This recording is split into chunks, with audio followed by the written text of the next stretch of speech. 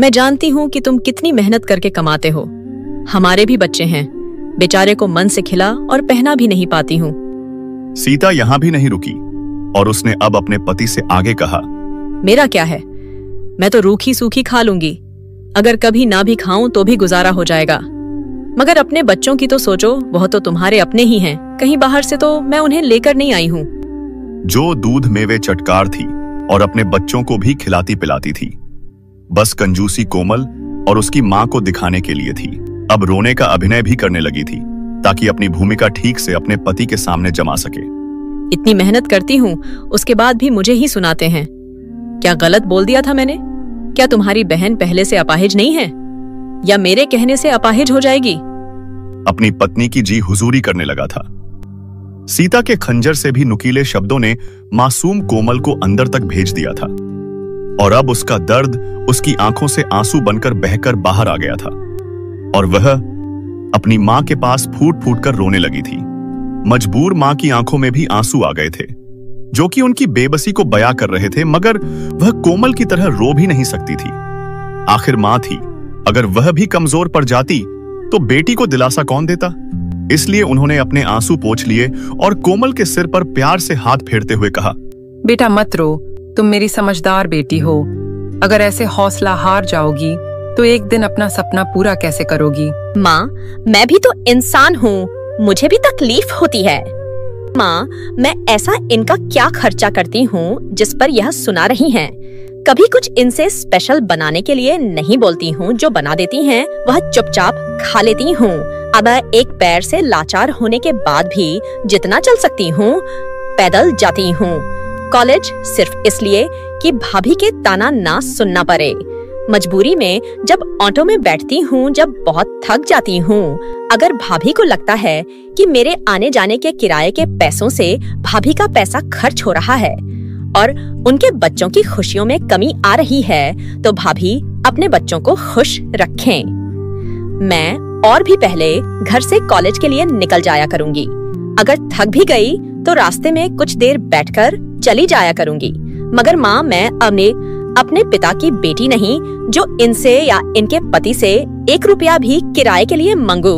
कोमल की बातें सुनकर माँ का दिल बैठा जा रहा था। आखिर वह भी मजबूर थी। कुछ भी जमा पूंजी उनके पास नहीं थी कि वह अपनी बेटी के लिए कुछ कर पाती। जो कुछ था भी तो कोमल के पैर के इलाज में लग गया था, मगर बावजूद उसके कोमल का पैर ठीक नहीं हो सका था।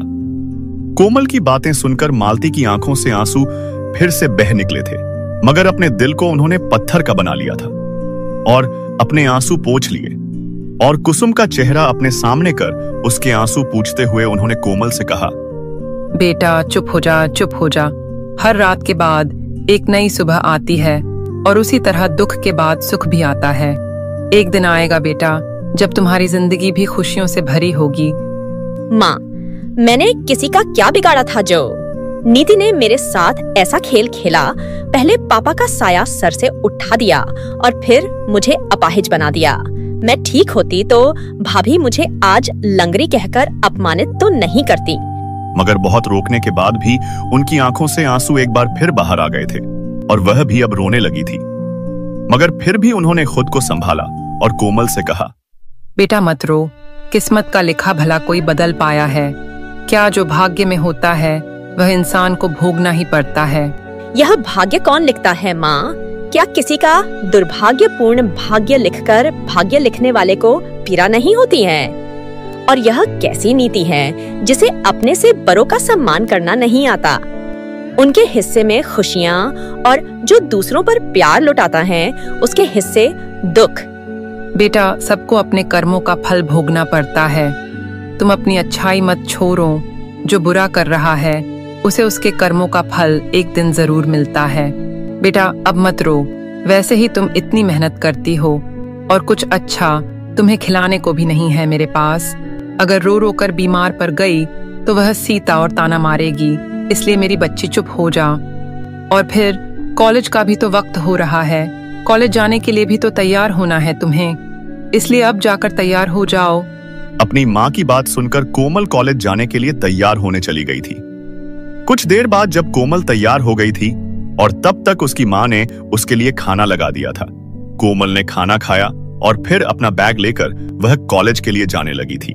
मगर तभी उसकी माँ ने उससे कहा, बेटा अभी तो टाइम है, तुम जल्दी क्यों जा रही हो? माँ, अब से पैदल ही जाना है, अधिक समय लगेगा, इसलिए अब से जल्दी ही जाना होगा। तुम सीता की बातों को यूं क्यों दिल से लगा रही हो? उसकी तो आदत है। तुम्हारे भैया ने तो तुमसे कुछ नहीं कहा ना कोमल, क्या फर्क पड़ता है? भैया के कुछ कहने ना कहने से माँ भैया भाभी से उनकी गलतियों के लिए कहाँ कुछ बोलते हैं। सब दिखता है माँ भैया भी वक्त के साथ बदल गए हैं उनके लिए।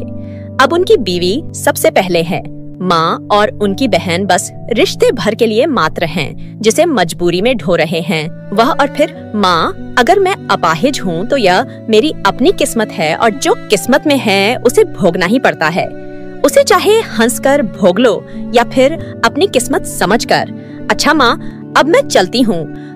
और कहकर कोमल अपनी वैसाखी उठाकर धीरे धीरे आगे बढ़ गई और अपनी बेटी को यूं जाती हुई देखकर एक मजबूर माँ की आंखों में आंसू आ गए थे, जो कि उनकी बेबसी को बयां कर रहे थे। मगर वह जानती थी कि उसका भाई अगर समझने वाला ही होता तो अपनी बीवी की बातों में नहीं आता। कोमल जितना रोज चलती उतना आज भी चली गई थी, मगर बहुत कोशिश के बाद भी अब उसके पैरों ने जवाब दे दिया। और तब उसने अपने पैरों से कहा, तुम तो मेरे अपने हो, जब तुम ही साथ नहीं दे रहे हो तो फिर किसी गैर से क्या उम्मीद रख सकती हूँ? लगता है अब तुम भी साथ नहीं दोगे। और तब एक जगह अपनी बैसाखी टिकाकर कुछ देर अपने पैरों को आराम देने लिए कोमल बैठ गई। मगर वह उतनी देर भी खाली नहीं बैठी, अपनी एक एक किताब निकालकर पढ़ने लगी थी। तभी वहां से एक ऑटो वाला गुजरा, जिसकी ऑटो में अक्सर कोमल कॉलेज जाया करती थी। उस ऑटो वाले ने कोमल को बैठा हुआ देखकर उसके पास ऑटो रोक दिया। कोमल ने जब ऑटो वाले अंकल को देखा तो उनसे कहा, अंकल आप जाइए, मैं ऑटो से नहीं जाऊंगी। माना कि कॉलेज वाले कोमल को दाखिला दे रहे हैं, मगर बड़ा कॉलेज है तो वहाँ के खर्चे भी बड़े होंगे। पता लगे उन खर्चों को ही पूरा करने में आपकी सैलरी खर्च हो जाए। और फिर अपने बच्चे भी तो बड़े हो रहे हैं, उनका भी तो पढ़ाई का खर्चा है। इसलिए मैं तो कहती हूँ कि कोमल को पढ़ाकर करना ही क्या है, रहने दो पढ़ाई लिखाई, उसे कोई हाथ का हुनर सिखा दो। अपाहिज तो है ही, और मान लो कि कभी कहीं से उसे सहारा ना मिले। सीता ने तभी देखा कि सोनू उसकी ओर गंभीरता से देख रहा है और तब उसने अपने शब्दों में हेर फेर करते हुए कहा, हम तो हैं ही कोमल के साथ। मैं तो इसलिए कह रही थी कि कोई हुनर कहाँ बुरा होता है, पैसे भी कमा लगेंगे और काम भी बन जाएगा। आप देर क्यों कर रहे हैं? अभी जाकर अपनी बहन को बोल दो कि ज्यादा बड़े सपने देखने की जरूरत नहीं है। जमीन पर रहने वालों को आसमान के ख्वाब नहीं देखने चाहिए। सोनू के अक्सर अपनी पत्नी की कही बातें ही उचित लगती थी, शायद इसीलिए कि वह उससे अंधा प्यार करता था और इसीलिए वह उसी वक्त वहां से उठकर अपनी बहन तक अपनी बीवी का संदेशा पहुंचाने के लिए चला गया था। मैडम ने टक्के से टोप क्या कर लिया था, ज्यादा ही भाव बढ़ गए थे। खुद इतने बड़े कॉलेज में पढ़े और मेरा भाई छोटे मोटे कॉलेज में अपनी चप्पलें रगड़े मैं भी देखती हूँ कि कोमल तुम कैसे बड़े कॉलेज में पढ़ पाती हो। आखिर मेरा नाम सीता है। कोमल और उसकी माँ अपने रूम में बैठी हुई दोनों माँ बेटी बातें कर रही थी।